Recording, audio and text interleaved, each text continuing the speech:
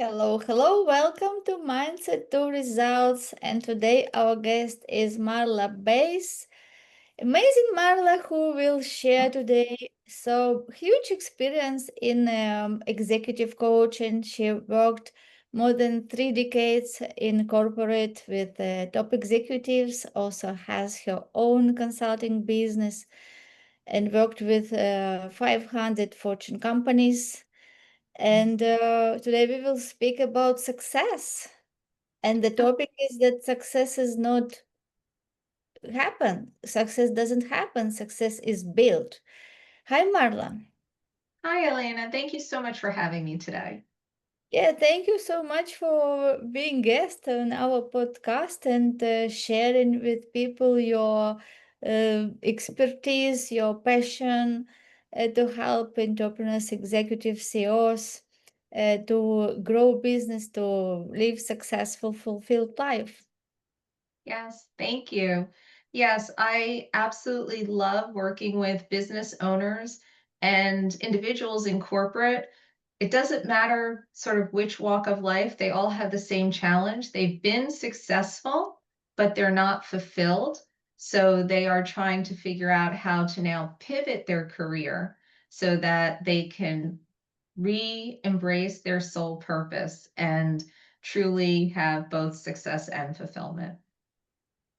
Yes, that is great. Could you please share with us a little bit about you? You have 3 decades of work, although you don't look like that. You Thank really, you. Yeah, we don't have to keep saying the 3 decades. Sure. yes, it is Um, difficult to I believe. Yeah, no, I started my career as a certified public accountant. In the UK, you'd say a chartered accountant.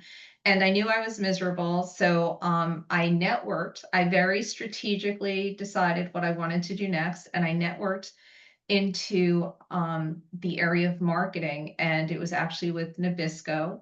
So I was able to get a very traditional marketing background back before there was social media and things like that.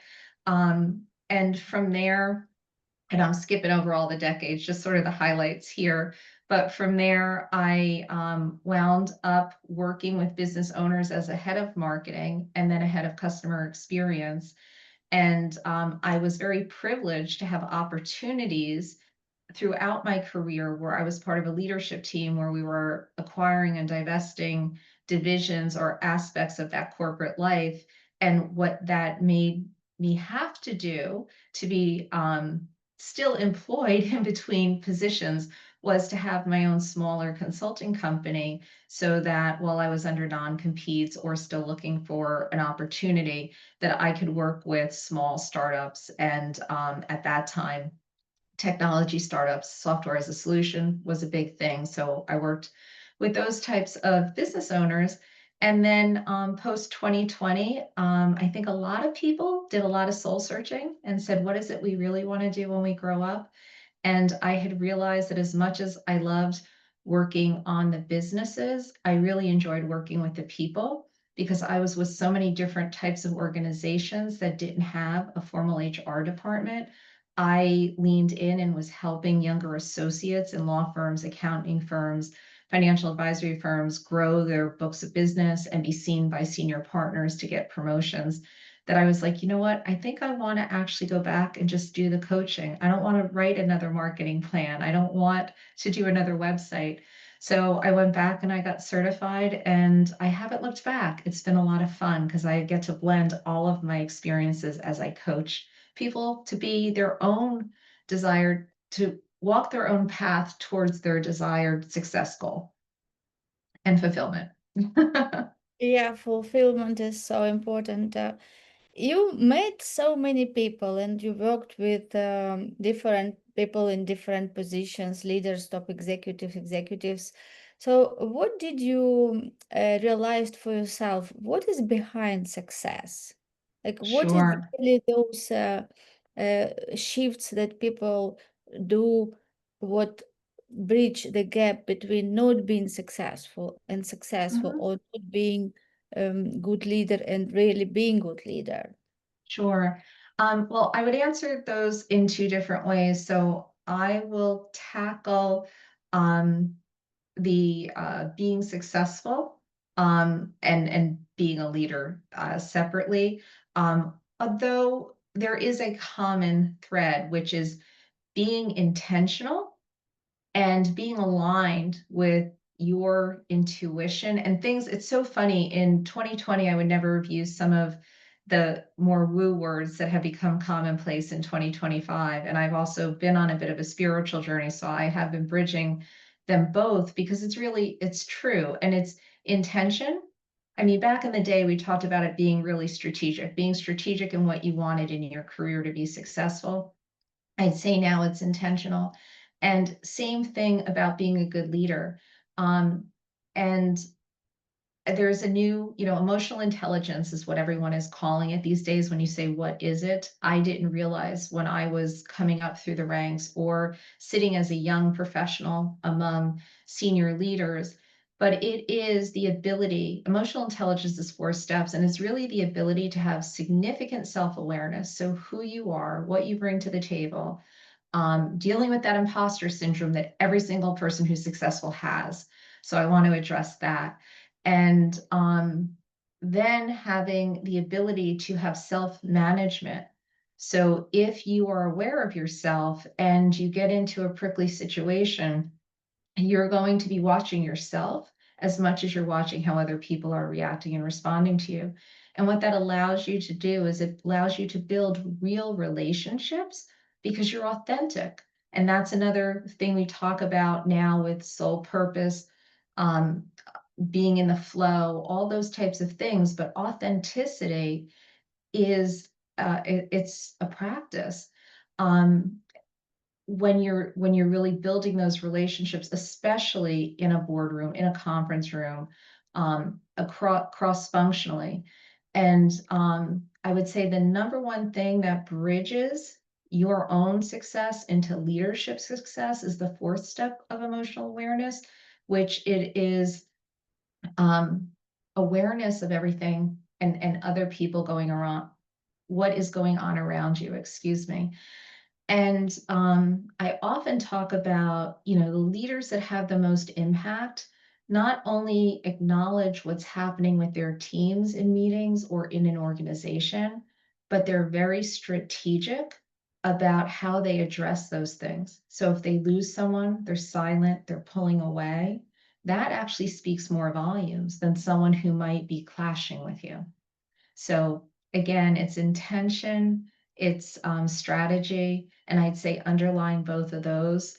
To coin today's phrase or today's buzzword, it's emotional intelligence.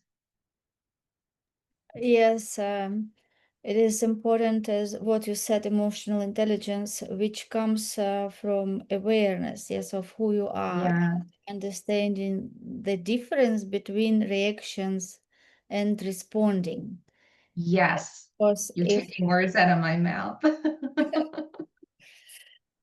yes, this is what differentiates people when they react, it means that they are not in control. A Correct. situation is controlling them, other people controlling them, outside factors controlling them, and they are just reaction.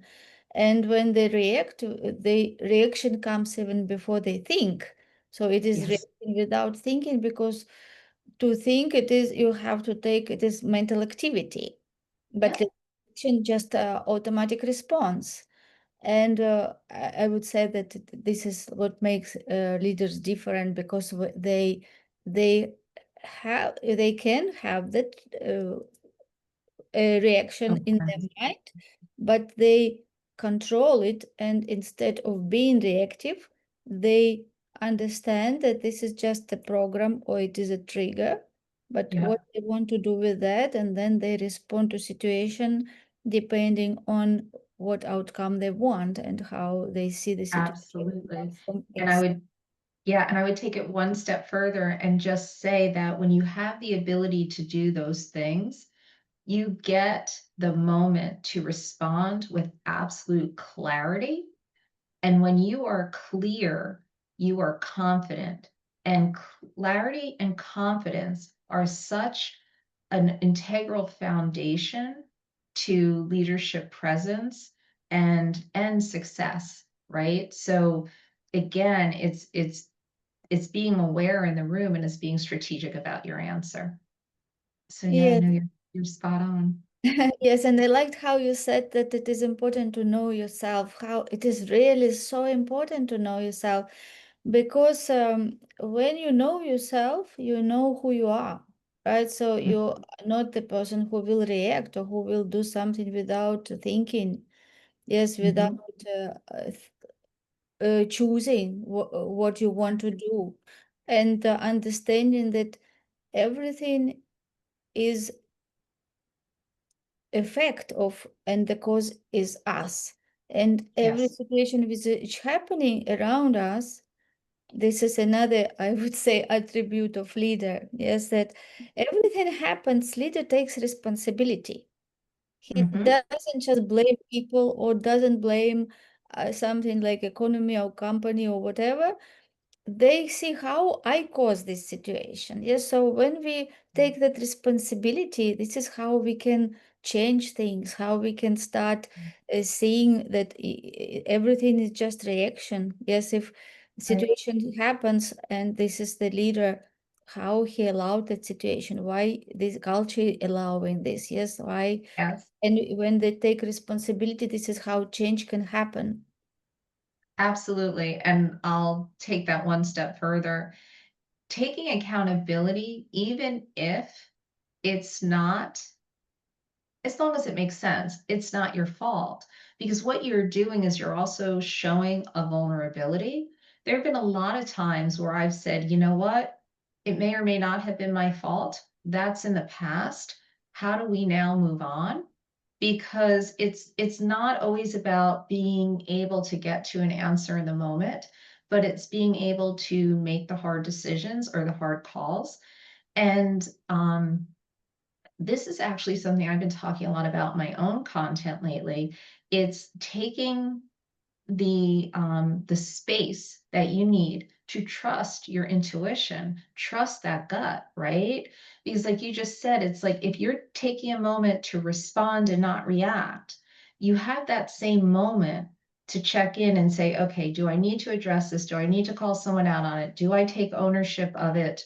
What do I need to do with this situation so that I'm making the tough call and I'm creating my culture instead of allowing the culture to drive how I'm reacting, as you said.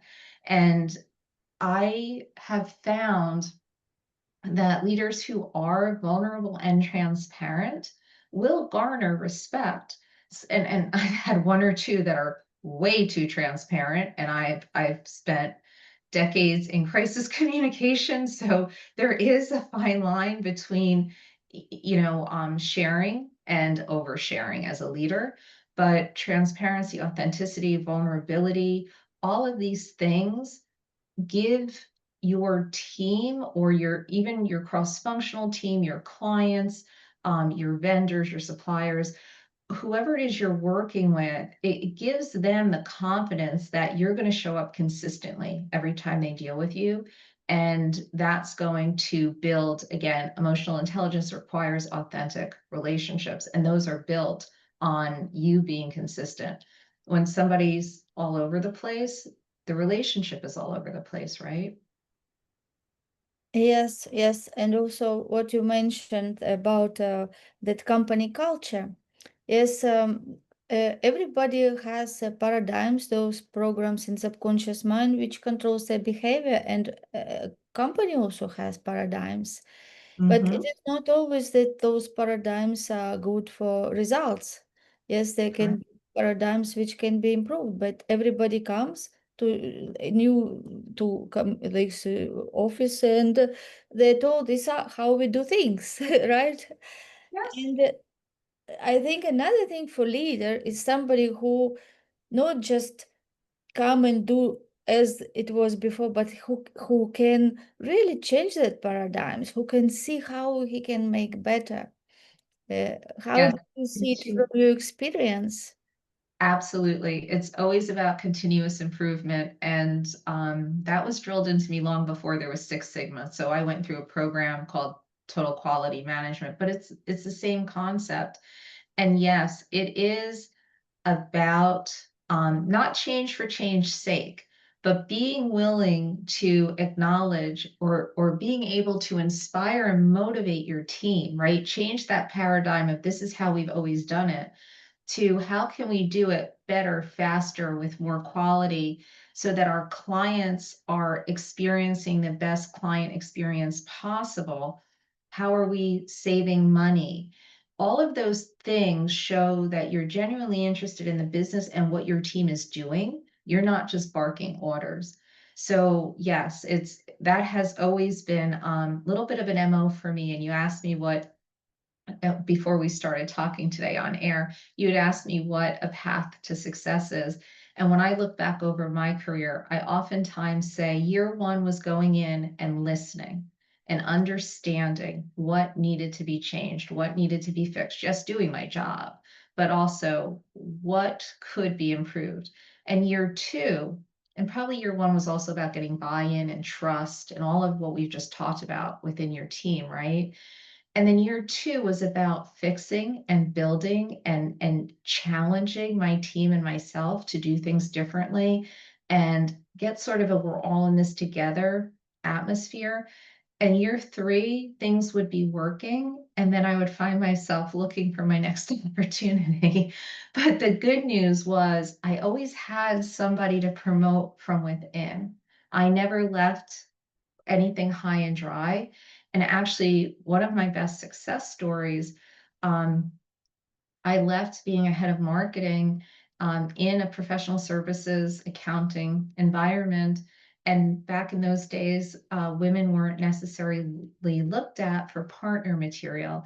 And actually, there was one person, we were merging companies, and they were almost not considered. And I just sort of looked around, used my intuition, knew they were going to be an asset, brought them in, worked with them just as we talked about, because when you're merging, you have to do continuous improvement, right? And we lost touch, but we're still like everybody these days on LinkedIn together. And fast forward just about 11 years later, I happened to notice that they got promoted to partner and they're now running the marketing team. So those are the types of things that when you sort of step yourself aside also as a leader and you see how you can mentor and manage other people, you're actually driving your own success. And oftentimes people keep things close to them. They don't want to share. They don't want to show vulnerability and say, I don't know something, or can you help me with something? And a lot of times I've walked into those new situations and said to much junior staff, please educate me, show me what you do, help me understand. And so I may know strategically where I want the organization to go, but it doesn't mean I know everything about everyone's job. Help them be important. That's another really important thing I think about leadership. It's not only your own self-awareness and all of those other aspects of emotional intelligence, but it's also to a degree being able to check your ego aside at the door, whatever it is, and help other people paint their success path and help them move down it. And if nothing else, it feels good.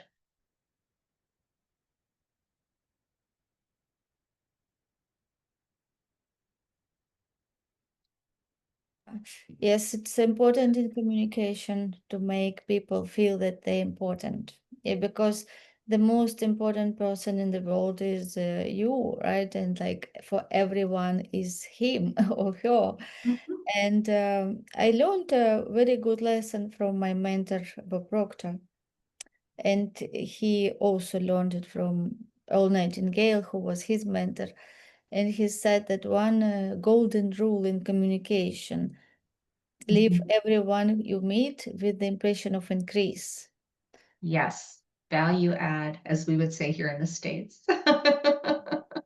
Yes, so it is really huge to, and also another thing, what he was saying, that when you meet people, meet them as they are the most important person in the world. Give them that Yes. space. give them that importance, and they will never forget Yeah. you. Yes. Yes, no, it's true. And especially in this day and age when we all have these, right? Mm. If you can give someone your undivided attention and make them the most important person, even if it's in that moment that they're talking to you, that's gonna make or break um, their memory, as your mentor said, their last your lasting impact on them. And as a leader, it's not always easy, especially there were a lot of days when you work with smaller companies that are growing, you don't always have the 5 reports or less. Sometimes you have too many. My days were long. And if somebody walked into my office and said, "Do you have a minute?" And unless I really couldn't, I always made it a point of saying yes and put whatever down. And I'm going like this because I used to always have back in the computer used to be here and someone would come in and talk to you here, but it was like turning away from the computer and giving them. You're absolutely right. It's what's in it for them in this moment, right? And we, and in this new age of awareness and in intention. We talk about the ever present now. I didn't know that 20 years ago, but it's being in the now and it's not worrying about all the other stuff. Yes, we live in the age of deficit of attention. Yes, and people Yes. get distracted so quickly. They can speak with somebody and mentally be in somewhere else. And Mhm. when you really give people that attention and totally present in this moment, and you listen to them, and they see that yes, you are they matter. Mhm. Yes, this is what is the biggest gift, because Yes. many people want to be heard and seen, and this Mhm. also makes leaders great leaders when they really appreciate people who work and see the best in them and understand also uh, Mhm. what Mhm. little shift can be changed. Yes, Right. a little, sometimes it can be little shift, and they see the potential of person, where potential can be, where this person can be, and they Mhm. help them to do this little shift every time to see their growth. Yes. Yes, and Elena, you asked me from my own experience, what have I seen? And what you're saying is not only, words, it's not only best practices, but when I hung up my LLC and I said I'm going to coach, I up until that point, I was still very old school. When LinkedIn first came out, I only connected with people I actually knew. And I was always very proud of that. Like if I had met them and exchanged a business card, so you're talking about having left that impression, right? They were my LinkedIn contacts. And so when I decided to do this, I sent out a LinkedIn notice that, said, I'm doing this, I'd love for you to follow me or whatever, as we always do. And so over the last 3, 4 years, I've been putting out my content. And in the last year, I've noticed with the shift in what's going on in the world and everything else, I think people are looking for that genuine connection. So I have had people through my LinkedIn book a half-hour coffee chat with me. And it's usually, hey, I don't know if you remember me. We worked together at, or we did this here. And it takes me a minute because I always did give everyone all of that attention. And I do have to go look at the profile and I have to be like, okay, like let's get the cobwebs off because as you said at the beginning, it's over 3.5 decades that I've been working. But what's beautiful about that is when I get on the call with them or a Zoom, it's as though not 5 minutes has gone by because I left that impact. And it's everything that you just said. So as much as it sounds textbook-y or it sounds like your mentor said it to you, it's real. It really is. And there's sometimes I'll just shake my head going, oh my God, how did they remember that? Um, I had someone call me, I guess, about a month ago, and um, we where were we together? I think we were at ADP together. And they were like, yeah, we had that weekend in Barcelona for, the leaders and blah, blah, blah. And I was just like, oh my God, I remembered you from being on the cross-functional global team, but I would not have been able to peg that one. There was 10 of us out of the whole company that was at that weekend. So yeah, I can't underscore what you said enough. It's real. Yes, yes, because you can never make second impression. Yes, you only have That's one true. chance. That's very true. Yeah, um and I just want to go back to what you'd asked me earlier about, a leader and team, because we're talking now what seems like if someone's doing client work or networking or whatever, Mm. but it also is real on a team because it's true, you don't get to make a second impression, but again, it goes to being real and relatable and authentic when you're dealing every single day. Because if you're not, every time you don't show up and you're not doing the things that Elena and I are talking about, what I see happen is you start to chip away at your culture, you chip away at the respect from your team to you, you chip away at the motivation. So to me, it's not just the one-offs. It's truly it's every day. You need to show up this way. It's Yeah, consistent. yes. Understanding the potential which we have, it is really huge. And people live with identity which is created by other people, their parents, what they inherited. And if they really don't study themselves and don't really understand who they are, they will not be fulfilled. For me, success is always come with fulfillment, and fulfillment is when you really discovered your true self, discovered your unique talents and gifts, and you go for your dream. You do bring those gifts to the surface, yes, and you serve people. You impact the world with your gifts, and this is Yeah, gives true satisfaction and fulfillment. And when it is yeah, about leadership, again, mm, leadership is to see those gifts in people, yes, not seeing how they are now, because great. never know what people have in their family life. Maybe they have sick family members, they maybe they're going through divorce, can be so many things, but having that ability to see the best in people and help them to see it themselves, because many people can have so many different limitations, different yeah, different limitations which other people put in their subconscious mind, telling them Yes. when they were children, some even simple things like a child dropped something and mother can say, oh, what hands you have, you just you have like hands, you always just drops, and like these things. Sometimes I think that relatives, parents, who have to be the best friends, to be really somebody who gives confidence, cultivate confidence in children. So much parents really kill that confidence in children, and then children grow up and they become leaders. But we never know what were in their childhood, like all those mental blocks, all those limitations, all these feelings that I'm not enough, or some everybody have their own saboteurs.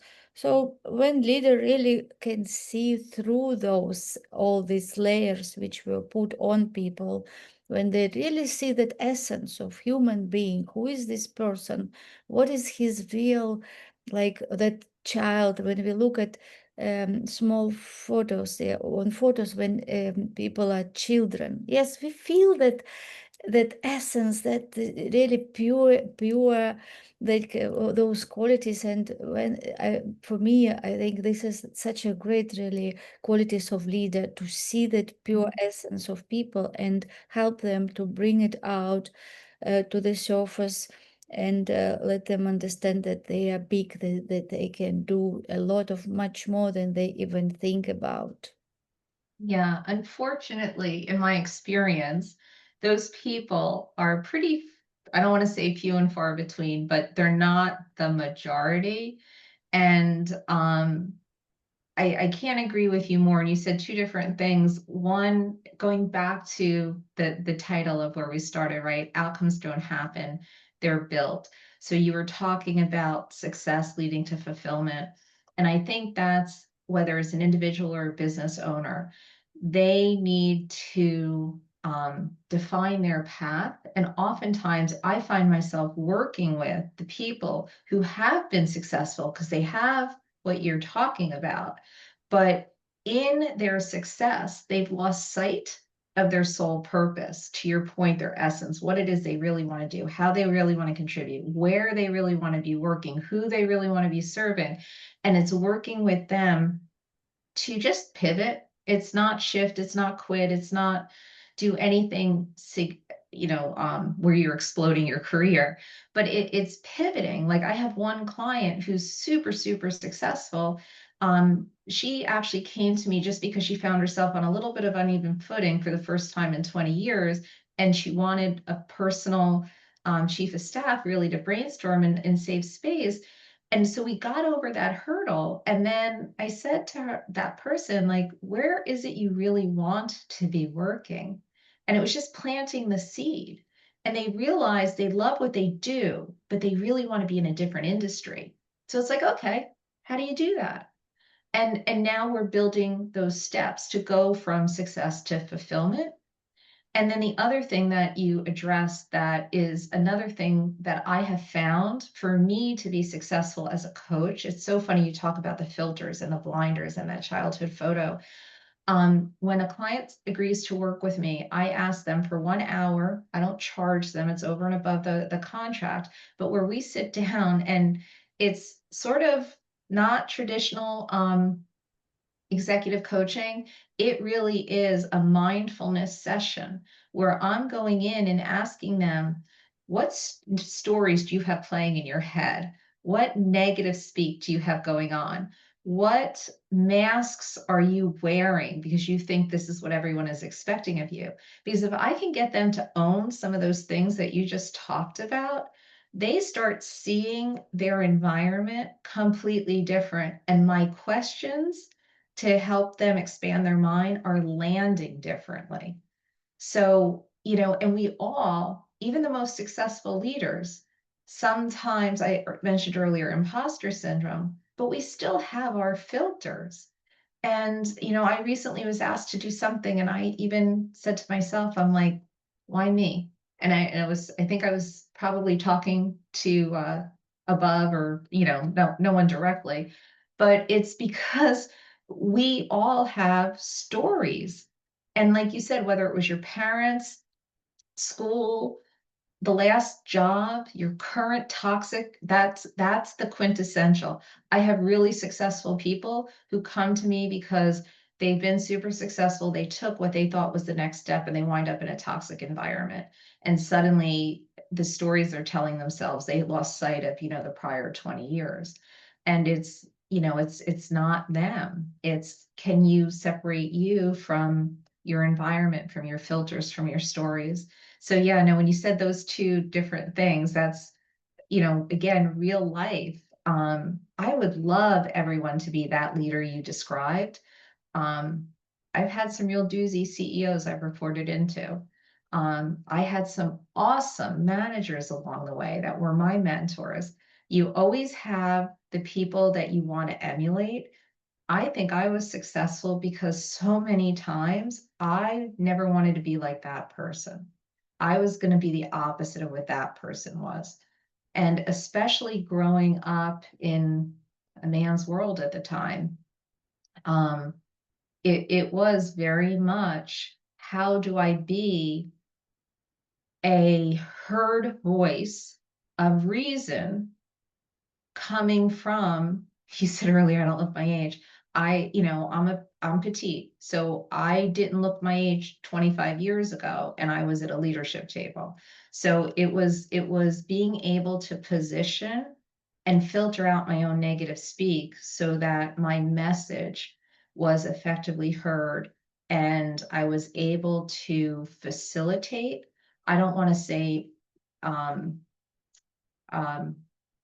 what's the word when you talk people into things, but it was really facilitating an outcome as a manipulating. I didn't want to be viewed as manipulating, but it was really facilitating the best solution for everybody. And nowadays we say, in different ways, what's for everybody's highest and best, or how do we have a win-win situation, or whichever phrase you want to use. But that wasn't always the case. And operating from that space was because I didn't want to operate like other people. You're muted. Muted. Yes, this is both way. You have where you want to go and where you don't want to be. So always like two stimulus. Yes, and Yes. it is.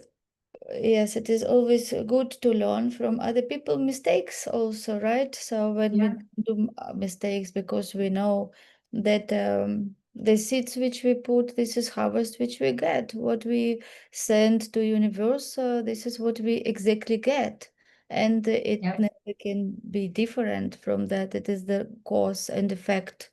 And when we understand that we are the cause, if we want really to get the best results in life, we have to become the best version of ourselves and bring the value to the world, because everything we, as we know, we were born and we didn't bring anything in this world, and we will die. We will not take anything. This is a journey about our mind, where we will grow, is how we will develop and how we will create value and legacy, something that I like, this creative mind. Yes, we have like we can create something that already exists, or we can create something that is this new, and which will make existing reality obsolete. So I always very excited about creating really something new, something interesting, something different. And I also think this is a good quality of leader, when they don't just do what they know and what somebody tell them, or what is the culture, but when they have that element of creativity and they can see bigger picture than other people can see, and when they can really believe in that it is real for them, and be detached from current result, but live from that place, from that team in future, see how team can be in 1 year, in 2 years, based on the potential, and leading people through internal transformation, and of course implementation as a team, new things. Absolutely. And the only thing that I could add to that to solidify how we started, which is, success doesn't just happen, it's engineered. To your point that you just made, it's being able to make the tough decisions when you don't know the outcome, because you're charting new territory. And that's the difference between a confident, clear, articulate, innovative leader and someone who's just going to stay the course. Yes, exactly. So when you are committed, not conditionally, I will do that if that happens, or like a trade, I will do that to get this one. But be committed because of your identity, because this is who you are, this is who we are as a team. We do these things because we don't accept any lower standards. And this is when people see you as that leader, and with the standards, and everybody start believing in themselves and accept those standards, that they're not going to procrastinate, they're not going to be negative. And this is how real things happens, when we get committed from inside, from identity. Yes, that identity change, and when we raise standards, and when we go for it and don't have plan B, we only have plan A, and committed to go full to be successful. Right. Or plan B is aligned. It's I often say, don't don't become too rigid. Part of being a really good leader too is the ability to be agile in that journey that you talk about to getting to your goal. Yeah, Yeah. be flexible. Yeah, be flexible, but don't change the goal because people like the way can change, right? The way if that in one if one way is blocked, we go to the Yeah. same goal. We can choose another road, but many people just try something and they when the first barrier they say, "Oh, it doesn't work. Let's go to different thing," and then let's go to different thing. And when they're not consistent, this is how they cannot lead people and they when they can confuse themselves and other people. So it is very Yes. important, yes, to Yes. have the goal and not change it, just you can change the way, right? It is correct. Right. And also, coming from corporate, which isn't a small business. So small business, I would agree with you. You need to have a goal, a priority. You need to communicate. I call it that North Star to your team, to your organization, and your decision making, your prioritization. That should all be aligned with those goals. When you're in a corporate environment and you're in a division and something changes at the top, you have to manage through that change. And that's where you need to be able to motivate your team, because there have been times where people are working towards things for years and suddenly there is a dynamic shift. And that's when morale and leadership is more important than any other time, because you are responsible for getting everybody back on the bus and back in their seats of expertise and remotivated to be going on a road that might be going 180 degrees in the other direction.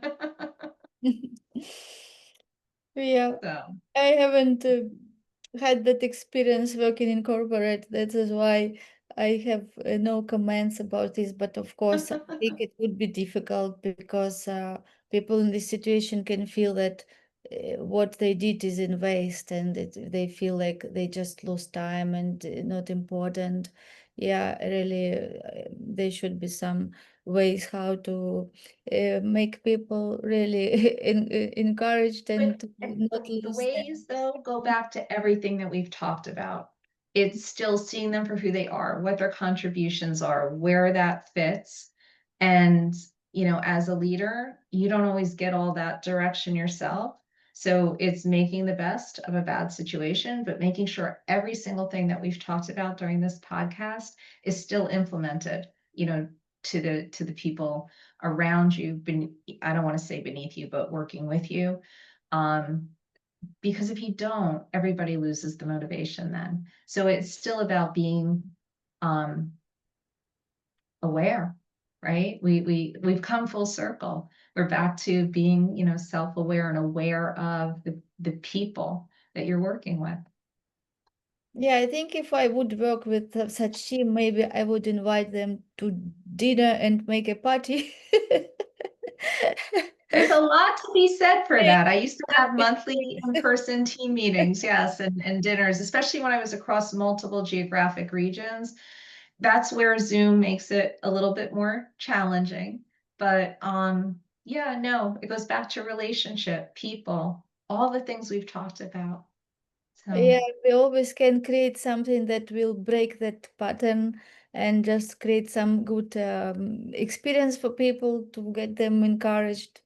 And yeah, I think that that maybe I would do that one of these. well, so I hope that's given your listeners some new information. It's funny, I realize as I talk to business owners, and I recently did a video on this because I was talking to a friend slash colleague, and I made a statement that was very corporate in nature. And she's like, "Oh my God, yes, I didn't think blah, blah, blah, blah." And I made that comment to a business owner, friend, and colleague, and she's like, "I have no clue what you're talking about." And so it's amazing how, talking to people, and I think your program probably speaks more to business owners than independent contributors in corporate, bringing some of those learnings from corporate to people like yourself because you haven't had that experience. That's what I love doing, because and I get to do that when I help people in my practice, because a lot of the business owners that I work with, I have one client, he's had his business for 33 years. He only knows what he knows, what's in his box.